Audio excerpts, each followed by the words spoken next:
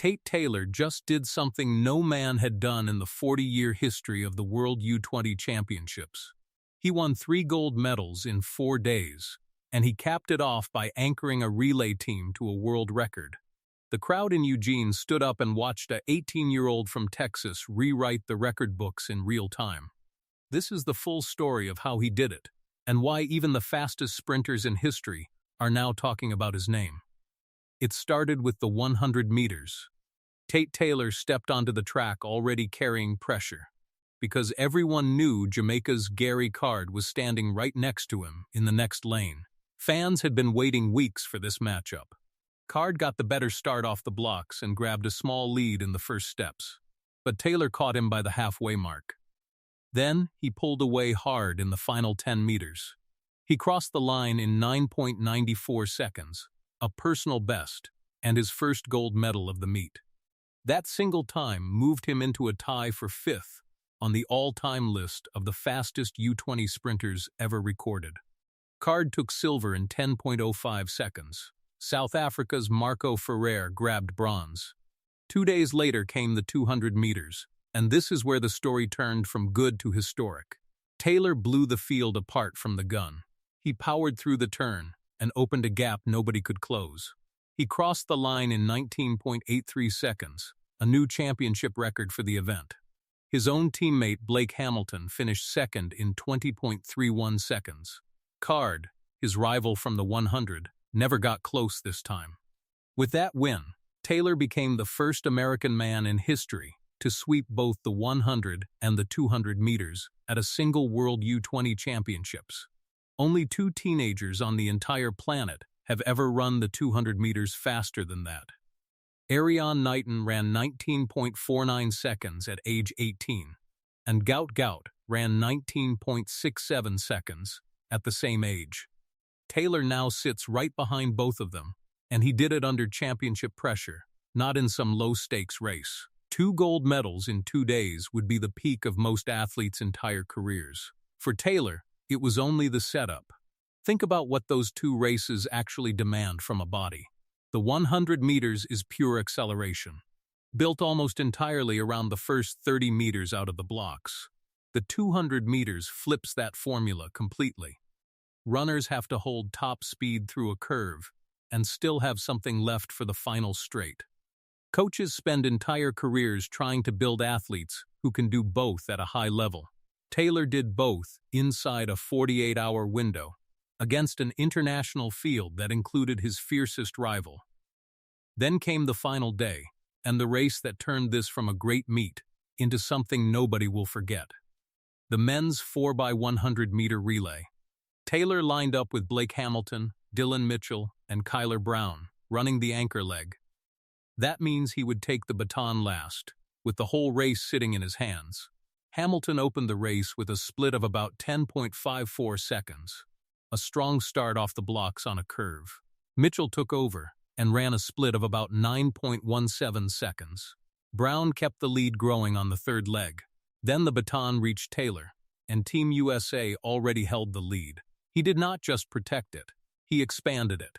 Team USA crossed the line in 38.16 seconds. That number shattered the previous World U20 record of 38.51 seconds, a mark South Africa had held since 2021. Cutting almost 0.4 of a second off a record in a race that lasts under 40 seconds is enormous. Great Britain took silver and matched the European U20 record. Jamaica claimed bronze, giving Card a second medal of the championships. Now here is the number that stopped everyone in their tracks. Taylor's individual anchor split on that relay was 8.75 seconds. That is not just fast for a teenager. That split places him in the same conversation as some of the greatest anchor legs ever run, alongside names like Usain Bolt, Noah Lyles, Asafa Powell, and Yohan Blake. Those are legends of the sport, and an 18-year-old just ran himself into their company on his very first world stage. With that relay gold, Taylor became the first American man to complete the full sprint treble at a World U20 Championships. 3 events, 3 gold medals, 1 world record, and in the 40-year history of this championship, nobody had ever managed to do all 3 at once. Not until this week in Eugene. But here is the part almost nobody talks about. None of this came out of nowhere. Back in July, at the Prefontaine Classic, Taylor got a call nobody expects to get. Gout, the Australian sprint sensation, pulled out of the 200 meters with a back injury right before the race. Taylor stepped in as the late replacement. He lined up against Letsile Tebogo, the reigning Olympic 200-meter champion, in a field built entirely for grown professionals. Nobody expected Taylor to do anything more than survive the race and gain experience. He won it outright.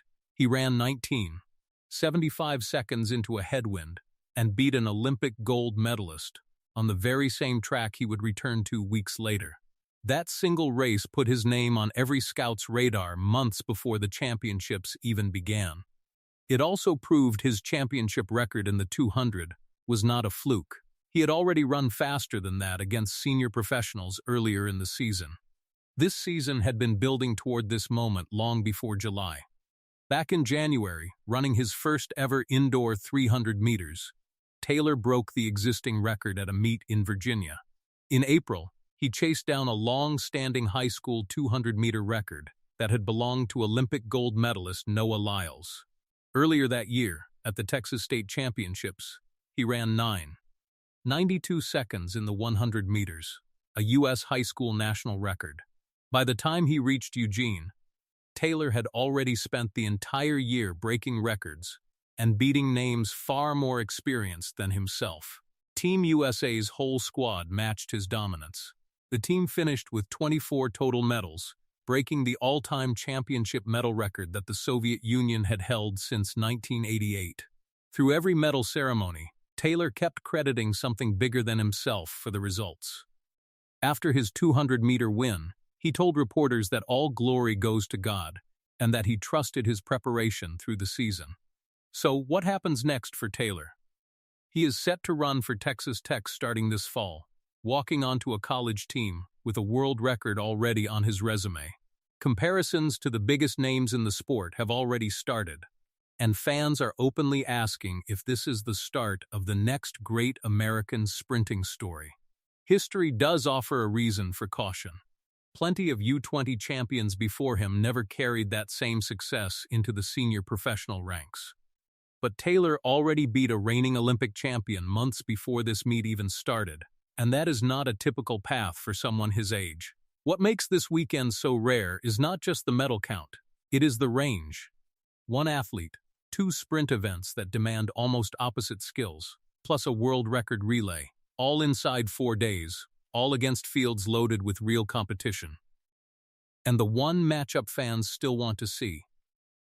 Taylor against Gout on the same track still has not happened. If it ever does, the whole conversation about the fastest teenager alive could change all over again. Quincy Wilson is 18 years old, and he already ran the fastest 400 meters any under-18 athlete has ever run on planet Earth. He beat a grown professional Olympic champion to do it.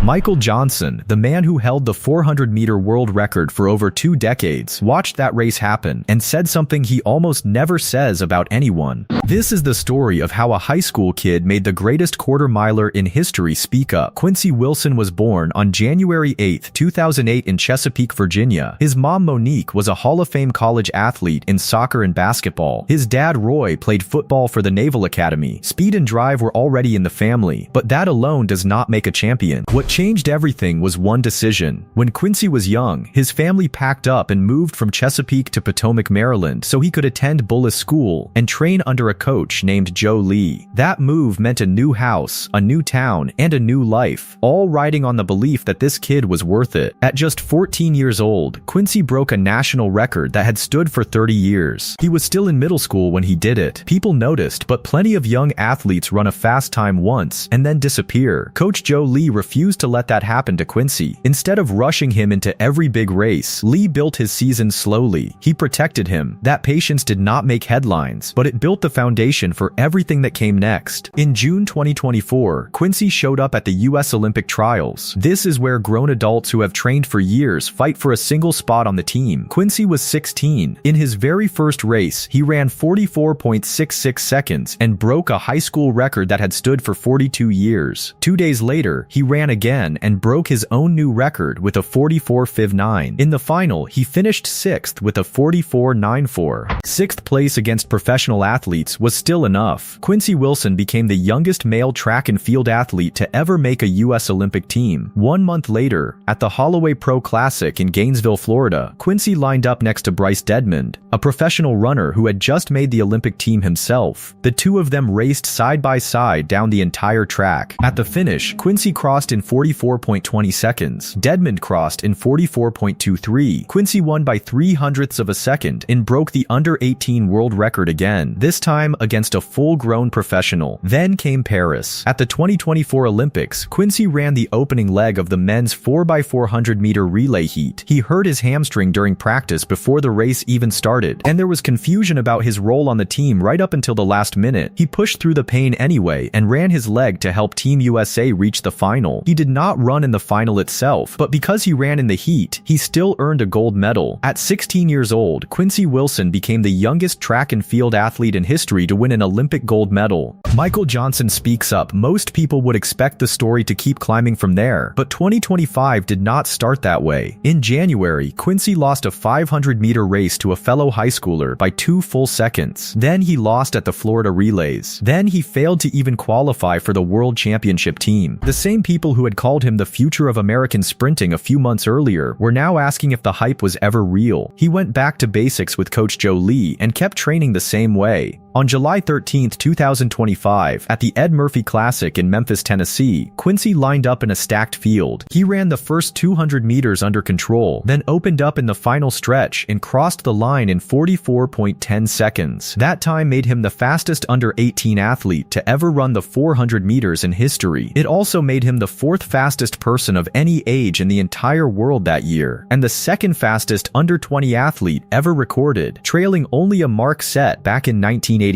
Michael Johnson had spent his whole career explaining exactly how brutal the 400 meters is, and how few people can survive it at a young age. When he watched Quincy run 44.10, he called him a generational talent, the kind that only comes around once in a decade. That is not a compliment Johnson hands out easily. He set the current world record himself, and knows better than anyone how rare this kind of speed really is. After the race, Quincy did not throw a celebration. He posted 3 words on his Instagram story. On to the next one. That single sentence tells you almost everything about who he is. The doubters here is the part most people miss. Before that record run, Quincy was already dealing with online hecklers who showed up at his races just to get under his skin. During his rough stretch earlier in 2025, strangers online were writing him off completely. Some fans said he peaked too early. Some said the pressure of being an Olympic champion at 16 had already broken him. An actual Olympian even posted publicly that Quincy needed a break because the schedule was too much for him. None of that stopped him. He kept showing up, and once that 44.10 hit the scoreboard in Memphis, every single one of those doubts got buried under one number. But Quincy still had unfinished business. At the 2025 Penn Relays, his Bullis School team broke a United States high school national record that had stood for 40 years, running 3 minutes and 6.31 seconds. They still lost. A team from Kingston College in Jamaica ran even faster and beat. Sha'Carri Richardson is about to step into the most brutal 100-meter field of her entire career, and this time there is no safety net waiting for her if something goes wrong. 6 former world or Olympic medalists are lined up against her. 4 of them have already run under 10.90 seconds this season. Only 1 heat stands between her and the final, and if she slips even once, there is no semi-final round to save her. This is the 2026 Prefontaine Classic, and for the first time in its 51-year history, it is landing on the 4th of July, part of the country's 250th birthday celebration at Hayward Field. 17 sprinters are entered in the women's 100 meters, and the lineup reads less like a regular Diamond League stop and more like a World Championship final. Here is what makes this even more dangerous for Richardson. At the World Championships, sprinters get 3 rounds: a heat, a semi-final, then the final. At Hayward Field this weekend, there are only 2 rounds: 1 heat, then straight into the final. No cushion, no second read on the competition, no room for a slow start to fix itself later in the day. And Richardson knows exactly what a slow start can cost her. 2 years ago in Paris, she looked like the woman to beat in the Olympic 100-meter final. A slow reaction off the blocks let Julianne Julian Alfred of St. Lucia get away early, and Richardson could never close the gap. She crossed the line in 10.87 for silver, with training partner Melissa Jefferson taking bronze right behind her. She answered days later, anchoring Team USA to gold in the 4x100-meter relay.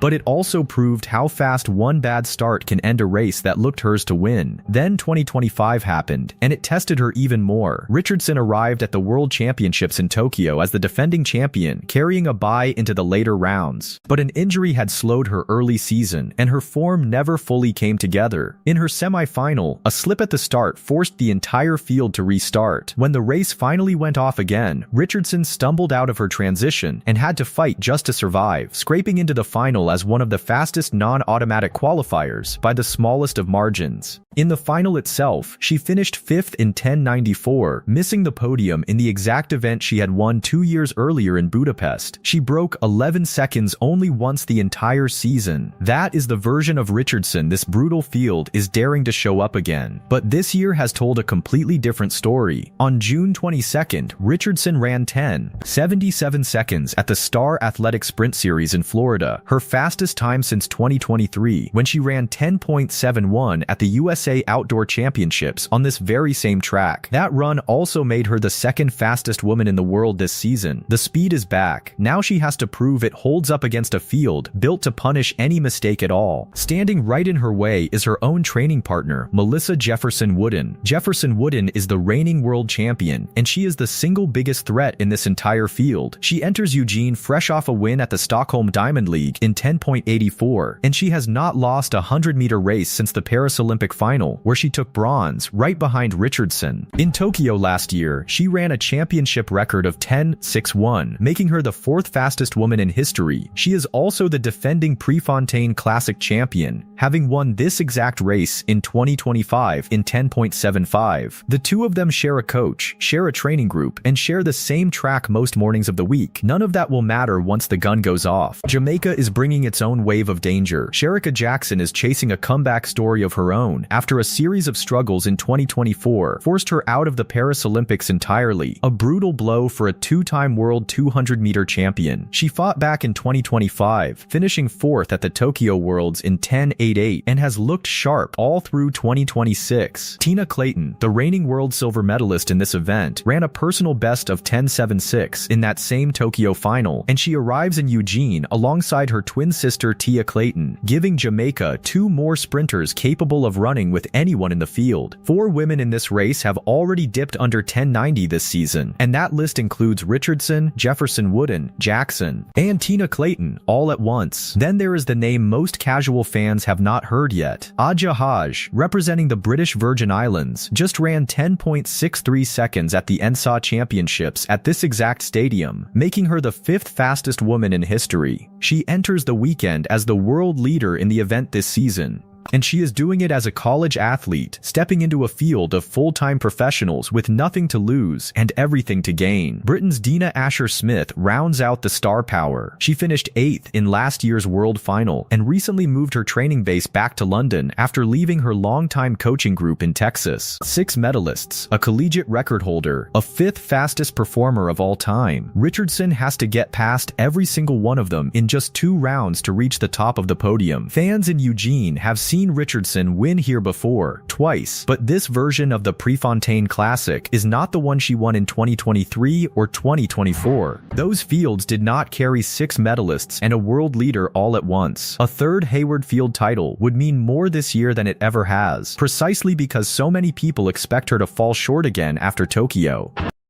Nobody had Audrey Wiro winning this race. Nobody. Keely Hodgkinson walked into the Stockholm Diamond League on June 7, 2026 as the Olympic champion, fresh off breaking the world indoor 800-meter record, unbeaten all season, and with a public promise to go the entire year without losing a single 800-meter race. That promise lasted exactly 1 outdoor race, because a 22-year-old Swiss athlete nobody seriously feared came out of nowhere and ran 1 minute 53.98 seconds, the 3rd fastest 800-meter time in the history of women's running. Let that sink in for a second. To understand why this is so insane, you need to know where Keely Hodgkinson was coming into this race. The 24-year-old from Atherton, England, trained by the husband and wife duo Trevor Painter and Jenny Meadows out of Wigan, had arguably the greatest indoor season any 800-meter runner has ever had. In February, she ran 1:54.87 in Live in France, smashing a 23-year-old world indoor record by nearly a full second. Then in March, she took World Indoor Championships. She was not just good, she was the best in the world by a massive margin, and everyone knew it. Her goal this season was the one record nobody has touched in 43 years, Jarmila Kratovlov's outdoor world record of 1:53.28, set back in 1983, the oldest world record in track and field. Before Stockholm, she ran a 400-meter at the Rome Diamond League finish, but that was deliberate, a speed-building exercise. She clocked a half-second personal best in the 400 as part of the plan to get faster for the big 800-meter assault later in the year. Everything was on track. Now